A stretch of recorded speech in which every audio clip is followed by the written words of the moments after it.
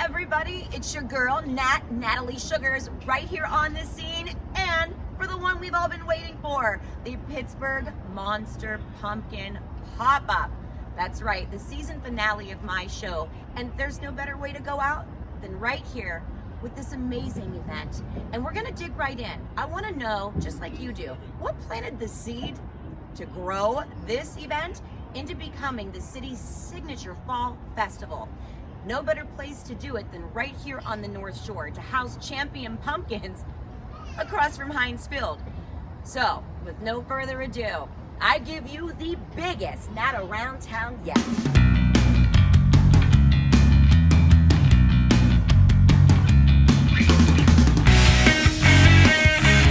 I am here with the man himself, the creator, the producer of the Monster Pumpkin Pop-Up, Mr. Mike Dongili with Vivid Pittsburgh. Mike, tell us a little bit about your company, about you, and how in the heck you guys decided to put this on. Yeah, well, you know, Vivid Pittsburgh is actually an event production and marketing company, and we do events really up and down the East Coast, but far and away, this is the best event that we produce all year long because it just brings so many smiles to so many people's faces, whether you're young, whether you're older, it doesn't really matter. Everybody just gets enamored with these giant pumpkins because it's just something that you've never seen before.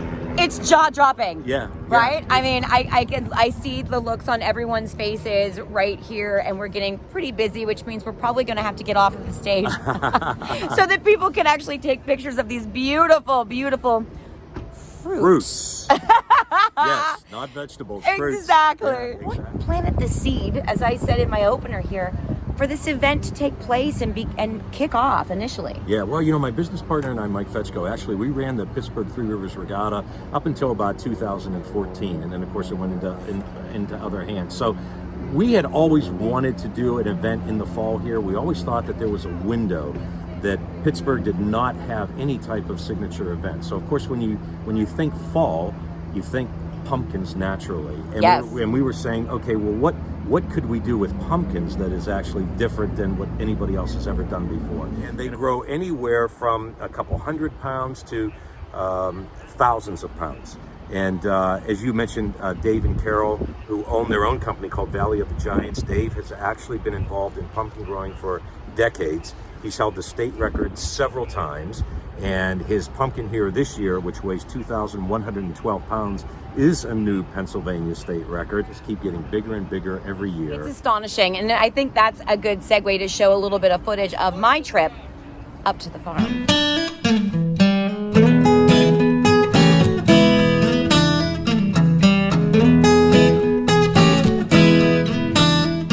This is where the magic happens, where it all begins. You know, like they say, like Bob Evans says, down on the farm.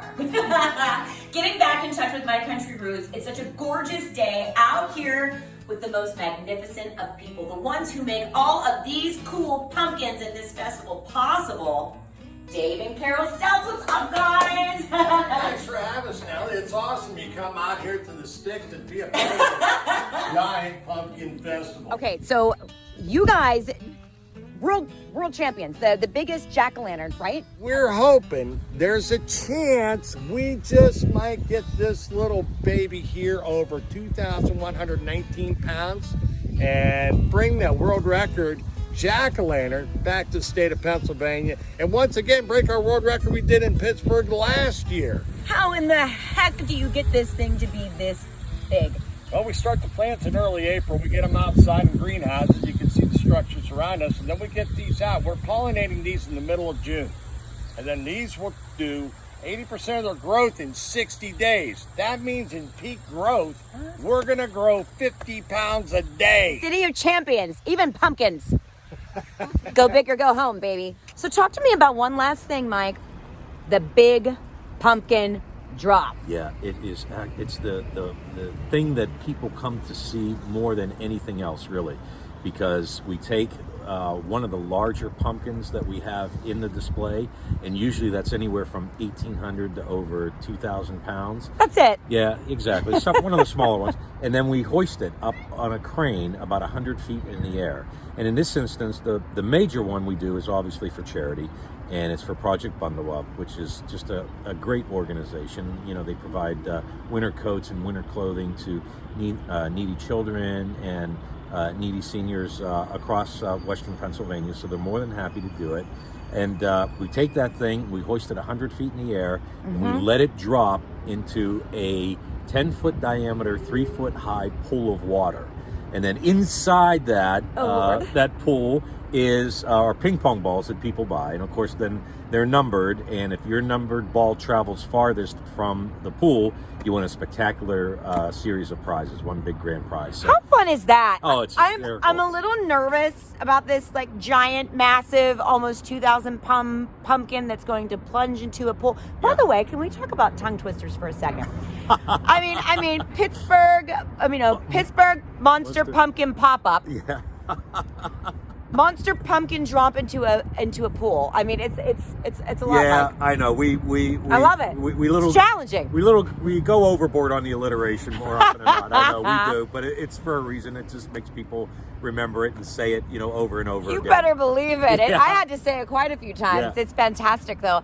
And what a wonderful thing to pair with WTAE. And I have so many friends at WTAE. Oh, I yeah. just love them so much. And so they're such great media partners. I mean, they do just about anything we ask for, and so we're proud to have them.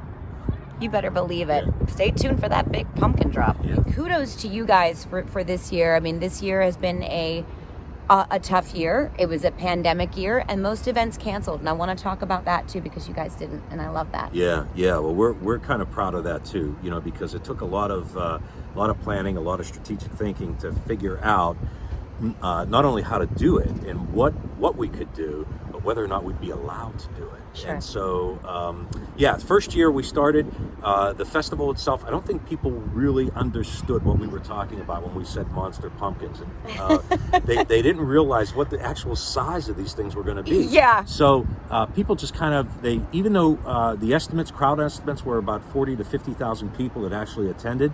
I think a lot of people just kind of stumbled upon it. So people would come down, and all of a sudden they would say, "You got to come down here and look at this," right? Well, the second year was just explosive. Wow. And then, of course, we had this year, and this year, unfortunately, we had to guard against crowd gathering. So no vendors, none of the typical festival. Exactly, none of that. None of the crowd gathering, none of the they couldn't stand as close as we are right now. Right. So, which we have been tested. We are COVID free. Yes, exactly. To run and operate the event. Right. So don't worry about that. So we said, let's figure out if we can do some kind of a drive-by.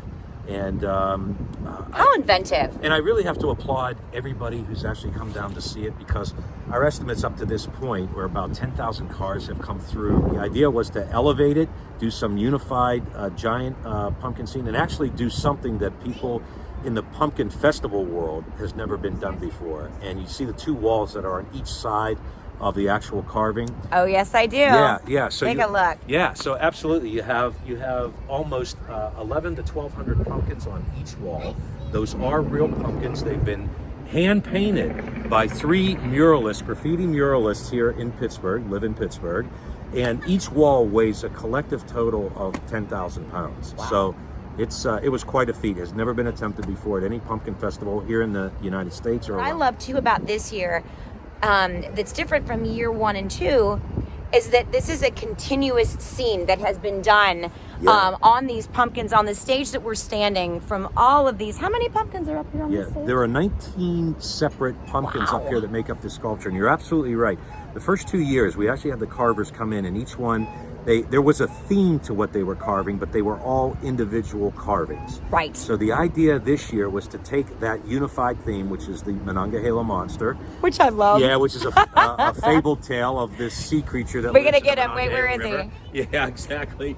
And the idea was to then bring all those pumpkins and collectively, because they're round, obviously, they don't fit together all that well. They just kind of bump together. Yes. But the idea was then to get them as close as possible, then fill in the gaps with shaved pumpkin pieces so that it would look like one continuous underwater scene.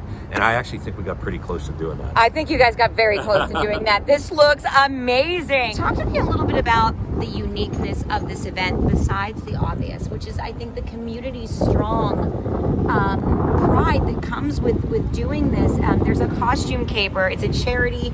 LECOM is an amazing organization, which is, the Lake Erie School of Osteopathic Medicine. Right.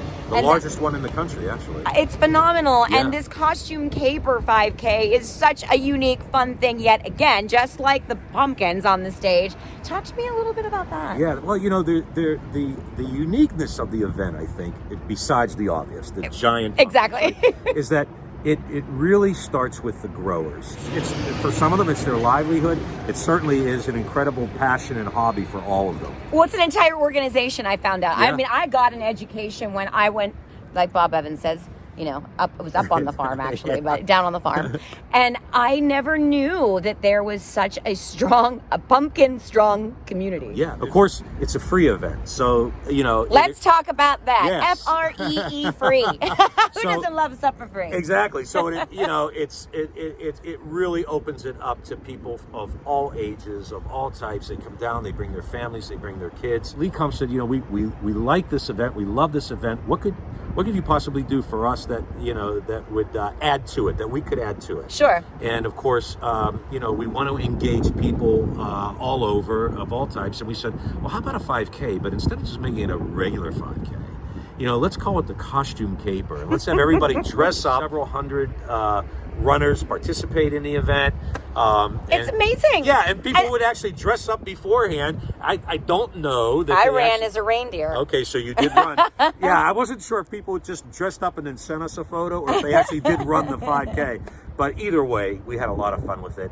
And they're just such great partners and great people. We're so glad that they're part of the event overall. But yeah, little things like that we just look to add year after year to just keep the thing growing and just keep it special. You guys have provided Pittsburgh with such a positive, inspirational event. Yeah. Whether it's healthy mind, healthy body, but I think the power of laughter and smiling is a part of overall mental health as well. It doesn't matter how old you are. You see these for the first time, you've seen them for the second time, you see them year after year. You still can't believe what you're looking at. It just defies belief. And it just keeps getting better. Yeah, thanks. Kind of like our city. Yeah. And kind of like the great people that make up Pittsburgh, like Mike. For sure. Thank you so much. Thanks, Mike. And thanks for bringing me on. Yeah, absolutely. This is one of the most fun Nat Around Towns. Yeah, all right, Mike, we're going to take it out. So on behalf of me, on behalf of Mike, on behalf of the Monster Pumpkins themselves, we'll see you next time. Thank you so much, everybody. Have a great weekend, Pittsburgh. Bye. Bye.